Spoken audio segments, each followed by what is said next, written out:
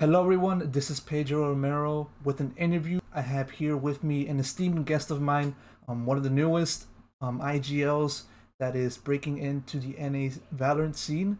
His name is Valyn. He is the IGL of The Guard, one of the newest teams that will take part in the VCT next year in 2022.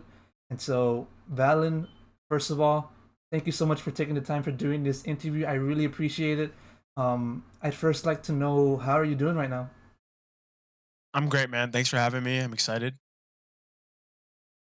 You got any more words? Um, I'm doing good. Thanks for having me. Just got done finished practicing and with the guys, and I'm having a good time. We're prepping hard for 2022, and that's on my mind right now. Right, right, right. And leading up to this interview, you guys participated in a LAN tournament. It's Philadelphia, if I do recall. And so, Yeah. what was that experience like to participate in an in-person LAN with all those other teams? It was really fun. It was our first LAN for a lot of us, and we mainly just used it to like gather experience as a team, and figure out mistakes and stuff. And we found out like a lot of mistakes when we played at that LAN. Some people like we weren't as comfortable on LAN, which slowly we're gonna get better at. Especially with next year, there's gonna be like more LAN tournaments and stuff. Um, Overall gameplay wise, like we're working on things, and we didn't get the result we wanted, but we definitely are gonna improve, and we learned a lot from that LAN. So it was fun.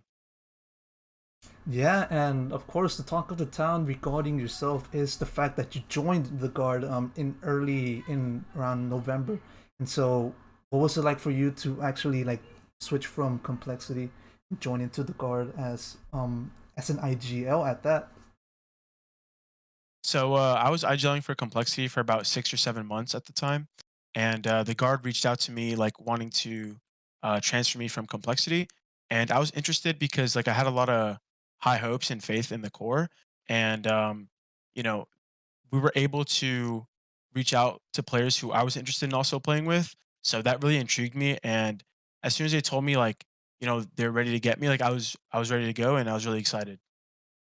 Yeah, and that said lineup includes yourself, Saya, Jonah P, and And that, and Net. Yes. that And so talk about how the general makeup of the lineup, how is it going to play out? Like what sort of role is each player in the lineup going to contribute to the team? Sure. So for me, I call for the team. Net, he plays sentinel role and he lurks for us. And he's a very vocal player, so he calls a lot of timings and a lot of setups, which is good. Saya is just like he's our fearless fragger. He goes in, he does his job every day. He gets the kills for us. He opens everything up. And without him, like it'd be a lot different because he gets a lot of openings and a lot of important kills for us. And Jonah P kind of rounds out the roster. He was our second to last pickup, and he kind of keeps everything balanced. He's a playmaker, but he also supports our team like better than anyone I've played with. Like his support utility is phenomenal. He can pick up like any agent, and so he's kind of like our flex player. He plays what we need, which is really important for a team. Yeah, and I mean, leading up to the signing, there was a lot of attention generated from the folks at Platcha, advertising the name of the team, the guard from the guard, stuff of that Yeah. nature. And so there was plenty of expectation of how the team is going to look heading into next year. And so what has it been like for you to um deal with the sort of pressure that accompanies a new team such as the guard? I try not to focus too much on like outside things like pressure and a lot of people hyping us up. I try to just focus on ourselves. Um, because when you add all that extra pressure onto your team, it just adds a lot of tension. So we try to stay away from it and just focus on our like I said, just focus on ourselves. We don't really care what like other people say about us. We're a new team. We're just trying to iron things out. And by the time VCT like 2022 comes around, we'll be a team that people have to worry about. But for right now, we're just practicing every day, focusing on ourselves, focusing on improving, and we try not to look at like all the VLR and Reddit hype about us and expectations. We just do what we're supposed to do. Yeah, and obviously you were the first person, well, one of the first people that joined in the team, and so there was already some hype generating from that by itself. But it wasn't until the team signed Saya, who was a part of T1 and had been inactive for a good amount of time, that people were intrigued by how this team will perform. And so, how has it been to perform specifically with Saya, who it has been like a sort of household name regarding the way he plays, and also his affiliation with T1. And so, how's it been like to mesh with Saya in that regard? Yeah, so we played with Saya for quite a while, probably like 3, 4 weeks, because we were trialing other people as well. But Saya really stood out to us because he was very vocal in what he likes to do, and him as a player, he's very experienced. Like he played a lot in Overwatch. He played a lot of lands. He has a lot of FPS experience. Um, so him picking him up was very good for us because he kind of balanced out our team. Like he's not a super hype guy. He's not a low guy. He keeps us neutral, which is really good. Regarding him coming from T1 and a lot of hype, we were expecting that because like he's very hyped in the scene, and with T1, things didn't work out, and we're really excited to give him like a fresh start and a new chance. And I think he's happy to play with us, and we're happy to play with him, and he's just gonna take off from here. So really excited to play with Saya. By the way you're telling me, it seems like, well, the sky is the limit in as far as your potential goes. And so, looking back into yourself within the lineup, obviously, you are 18 years old, if I do remember, and yet Yeah, you're going to 18. be and yet you're going to be the IGL of a major team within a major region such as North America. I mean, all things considered, it's a pretty big responsibility for yourself to take up upon at such a young age. And so, do you feel like a sense of major responsibility heading into next year?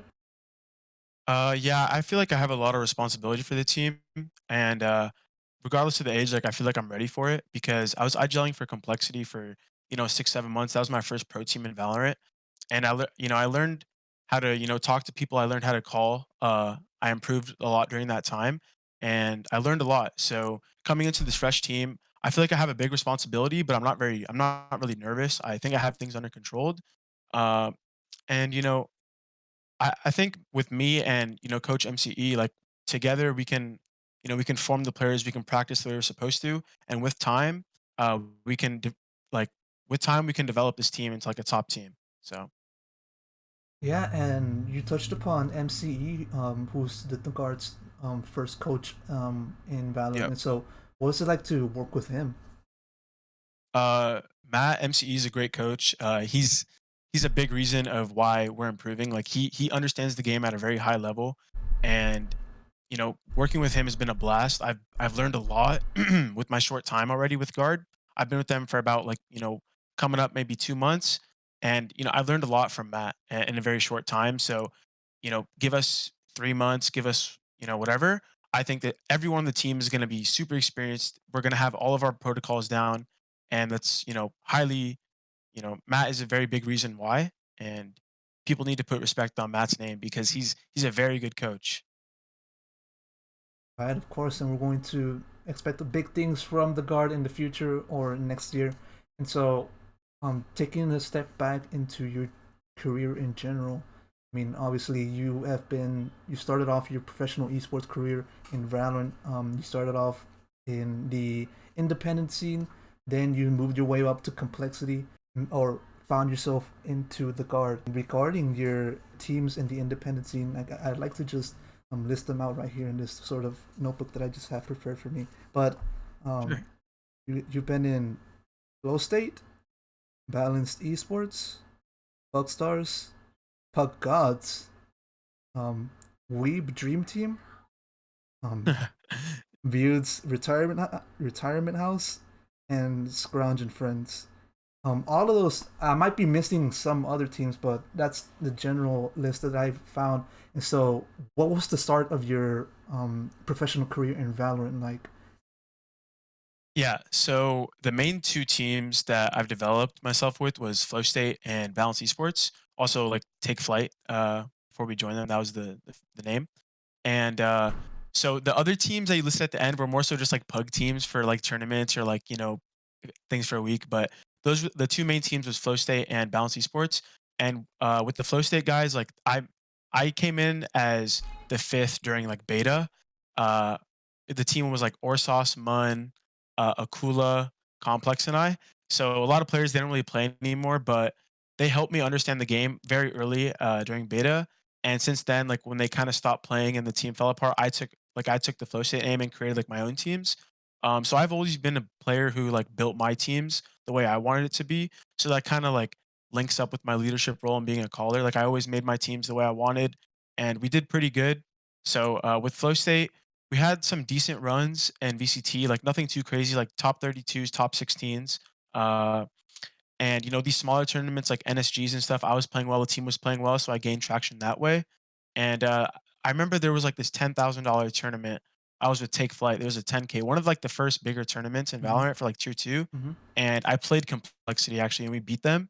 And I think about 2 weeks after that tournament, Complexity decided to make a roster move in their IGL spot, and they hit me up for a trial.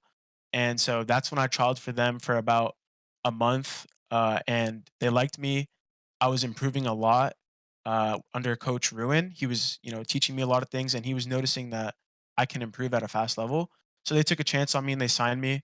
And 7 months now, here I am on a new team, and I'm very thankful for my time on Complexity. They helped me learn a lot. Yeah, and so why IGL? Why did you feel like you work best within that position? Did you always start off as like a controller type of player? Yeah, so I've always been like a controller player for Valorant. I used to main Omen before Astra came out, and for IGLing, I feel like it's my personality. I'm a big vocal person. I'm a good leadership guy, and I feel like I can control a team. So that kind of like all the personality traits to be a caller, and then just studying the game. I studied the game a lot, and I feel like I have a really good game sense in how to approach things and how to like counter enemies and have answers for a lot of things. So mixing all that together, I decided to be an IGL probably it was during Take Flight. I was at IGL for about 2 or 3 months, and then I got picked up on Cole. So I was kind of nervous because I was like, "Oh, I've only been at IGL for 3 months, like I'm joining a professional team."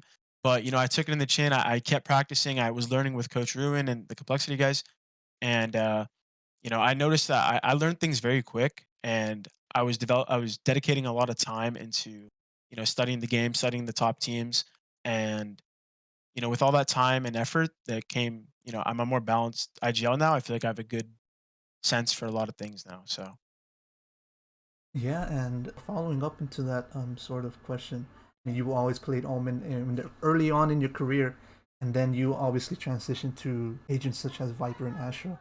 And so, how has been, I want to say, like your evolution as a player or as a controller slash IGO type of player? And so, what do you think of your evolution in that regard? yeah, so with Omen, Omen got pushed out of the meta when Astra came out.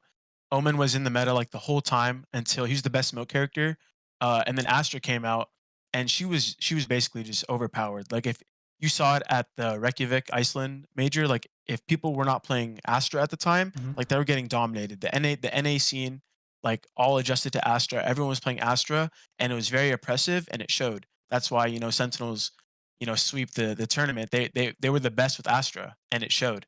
Um, so my evolution, I kind of was forced to pick up Astra because she was just so good, and sadly, like Omen is just not in the meta. So I adjusted. At first, I wasn't a fan, but I just forced myself to play her on every map, and then slowly I was learning how to balance like being an Astra form and being a super heavy support character while also maintaining like fragging. And I found that good balance for myself and how to support my team but also support myself.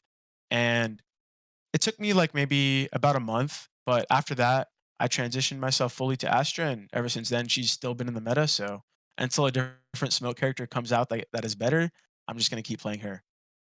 Moving on forward to what happened in this past season, you played with Complexity Gaming. You already described what was it like to join the team and what was it like to learn under that team. But as it turned out, in within the VCT, you guys didn't actually perform as well as you had hoped. And so, what were the factors that prohibited the team from like contending within NA? Because they couldn't qualify for none of the masters, especially in stage two, stage three, not even, and they couldn't even reach the NA LCQ. And so, what factors prohibited the team you feel from contending with the big boys in NA? That's a hard question because there's a lot of factors that contribute to a team not being as successful as others. I would say, under for my experience, one of the biggest factors was, I think just I would say like experience, because I was still fairly new at the time. There's a lot of experienced guys like Coach Ruin and AGM. They were playing like MDL and like high level CS for a while, but for the rest of us, I felt like we were still kind of inexperienced. And when we played these top teams like Genji, Xset, all the NA top dogs, we just weren't on their level, and we were slow to improve. We tried to improve. We were working our ass off, but they were just better at the end of the day. And when it came down to it, in like a top eight, top 16 round, we were coming up pretty short. But we had some good glimpses. Like I give MCE shit all the time, but they still beat us. But we took a map off them. I think I forgot which VCT run, but we like 13-4 Genji map one. And Mhm. I think if we won the next one of the next two maps, I think we would have made the closed. But Genji snapped out of it after we 13-4'd them, and they came back swinging. I think they 4-13 and like 5-13 us. Uh, so we had good glimpses because we were working really hard, but other teams just had more experience under their belt. So that came down to it. Yeah, and coupling that with your experience in the international team and playing with so many other well known players such as yourself. You played as Derek second, BCJ critical within the independent scene. Maybe you competed with them like either way far back or recently. Um, and so you look at them play as well as they've shown throughout the season. Rise almost made it to the Valorant Championship. Exet also makes some noise within the region. And so, did you feel a sense as if you were falling behind your teammates from the independent scene? Yeah, I mean, I played with some of those guys like on pug teams or for fun, like or during the independent scene, and I felt like I wasn't falling behind, but more so, they were they got a good opportunity and they capitalized on it. People like Zekin, BCJ, Critical, they got good opportunities and they improved really good. I felt like I also improved, you know, drastically as a player, but as a team, their teams were better. So they were qualifying for, closed and, taking off, almost going to champs. But on a player to player, in my opinion, I felt like I've also improved the same amount as they have. And it shows if you watch my games or my calling, 6, 7 months ago to now, I would say I'm a completely different player now. So, Right, right. And since you left Complexity, obviously you have some time to reflect before joining the guard and like looking back on what happened, what might have happened, what you hoped would happen with Complexity. And so, what did you feel you learned from playing or from like contributing to that team? What were some aspects that you feel you improved upon from Complexity, despite coming up short throughout the 2021 season? so some major things I've learned. One thing from Ojai I learned was he was a very like uplifting player and always positive mental. And one thing I've learned is like that's very important in any sport, any esport. Having a guy that can hype a team up, keep the vibes up is very important. Vibes are very important in a team, and that's a big thing I learned because everyone in Complexity was super high energy and very nice people in and out of the game. So that's one thing. Uh, for my personal self, I learned how to critique my players more as an IGL. Um, because at the beginning on complexity, I was a little too hard on people, or I would say I would critique in a bad way. And so I learned, it's not about why you say things, but it's about how you do it. So that's one thing I learned. And in general, just like macro level stuff in game, like IGLing on a in a general spectrum, I just overall improved. How to slow things down, how to mix things up, stuff like that. So, they helped me a lot. They taught me, the mental side of the game, but also, the inside of the game, like fragging and having good calls and everything like that. looking forward into 2022, obviously there's going to be many changes into the exact schedule. There's going to be Masters championships or Master tournaments, preceded by a league format in challengers. And so, what do you think of the stage? What do you think of the changes made to the 2022 schedule or the VCT schedule for 2022? I think that the closed change, like the circuit they're doing for closed, the league, whatever the 3 week circuit is very good to decide who goes to masters. But leading up to that, I'm a little confused, or not confused, but I don't really like the format because there's only one chance. There's only one open tournament, and top 12 of that open tournament make the 3 week closed circuit, I believe.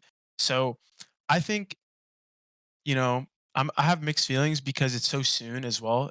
The open schedule is like January 27th to 30th. So teams have about 3 weeks to a month after the holidays, to really prep for that tournament. So I wish they pushed it back a little bit, but in general, having one chance to give teams is a little, unfair in my opinion.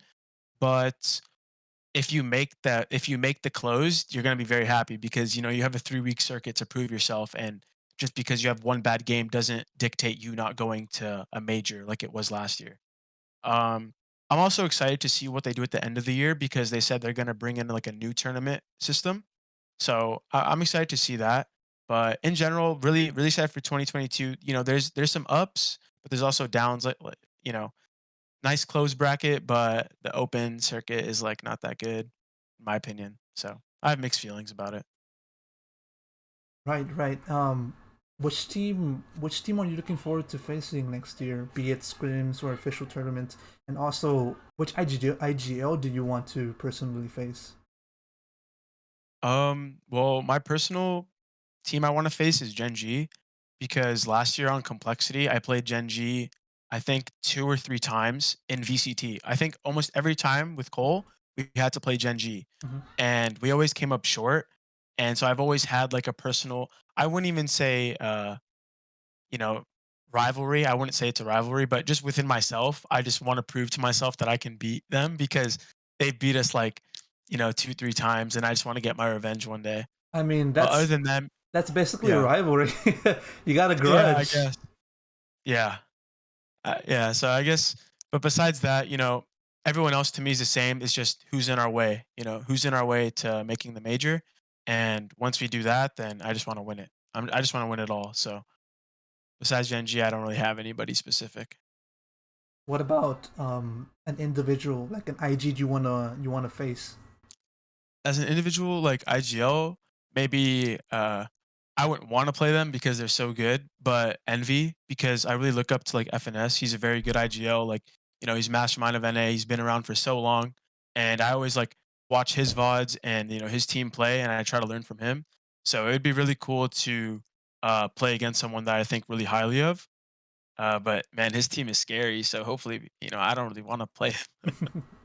Hey, but if your team plays very well, then you might obviously have to end up facing them. Yeah. So, I mean, it's just the way competition goes. And so, Yep. Valyn, I guess that about wraps up all of my questions for the interview. Thank you so much once again for taking the time for doing this interview. Do you want to give any final words slash shout outs to and to anyone? Thank you to all the fans who've been supporting us on Twitter, supporting me and my team. It means a lot. And all my prior teammates who've helped me, become the player I am today. I really do think of you guys, and it means a lot to me. And that's about it. Thanks for watching. And once again, that has been Valyn, the IGL of the Guard. I've been Pedro Romero, and with that said, I'll see you guys in the next one. Take care, everyone. See you guys. Thank you.